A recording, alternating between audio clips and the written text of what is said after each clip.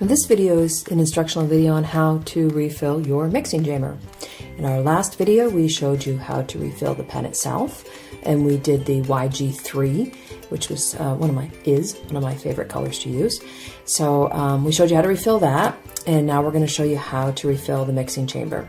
One thing I do want to point out, all the nibs are replaceable. There's 3 nibs in this pen. That means the brush nib, the bullet nib, and the mixing chamber nib are replaceable, and all those replacements are available on our site and through other fine retailers.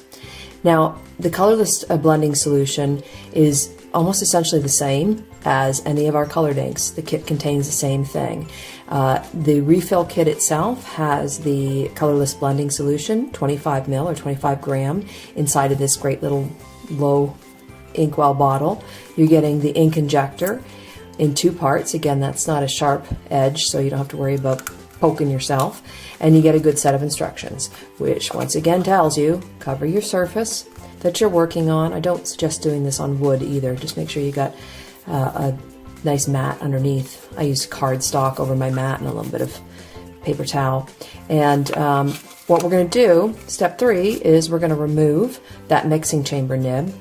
And a standard set of tweezers can work. We really do suggest getting a set of the Chameleon tweezers because it has a fairly long neck in there, and it's got the little pincers, so it's designed to get in and to be able to just grasp that nib without damaging it and just twist and pull that out. So that's how I remove that mixing chamber nib. Now again, we only fill this 1 ml at a time. Important. Inside of this mixing chamber is just over 3 mils of ink, or 3 grams of colorless blender. So you don't want to be putting 3 more in because there'll probably still be some of the colorless blender left over. It's never completely dry. So that's what I'm going to do. I'm going to just unscrew this, and I'm going to take my ink injector and put it inside that inkwell bottle. And I just love that it's so stable. I think that's such a great thing. I don't have to worry about it tipping over. And I'm just going to take it and give it a light pull, and this will just suck up, and I can see that that's just 1 gram of that colorless blender. Now, I've removed that nib, and I'm going to take the ink injector, and there's a little hole you can see down there, and I'm just going to take this, I'm going to slide it, and once again I can feel that resistance. That means it's hit the Transorb that's inside there. And what I want to do is just push that in so that I get it right inside the Transorb.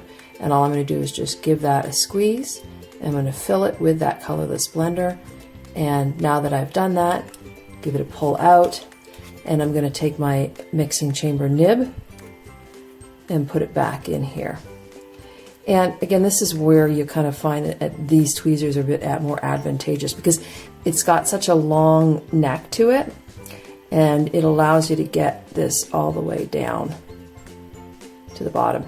And I'm not touching the top of the nib there.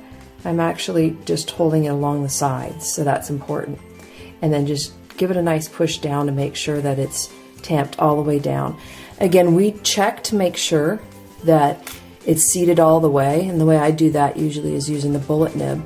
And as long as this fits snugly and the tips fit nicely together, that's when you'll find that it's seated properly. Now, it's really just that simple to be able to refill your mixing chamber. And I am just going to clean this up, and all I have to do is just pop that off, make sure I put my lid on. I want to make sure I cover that back up. Take a look at my instructions. Yes, I did that. Yes, I did that.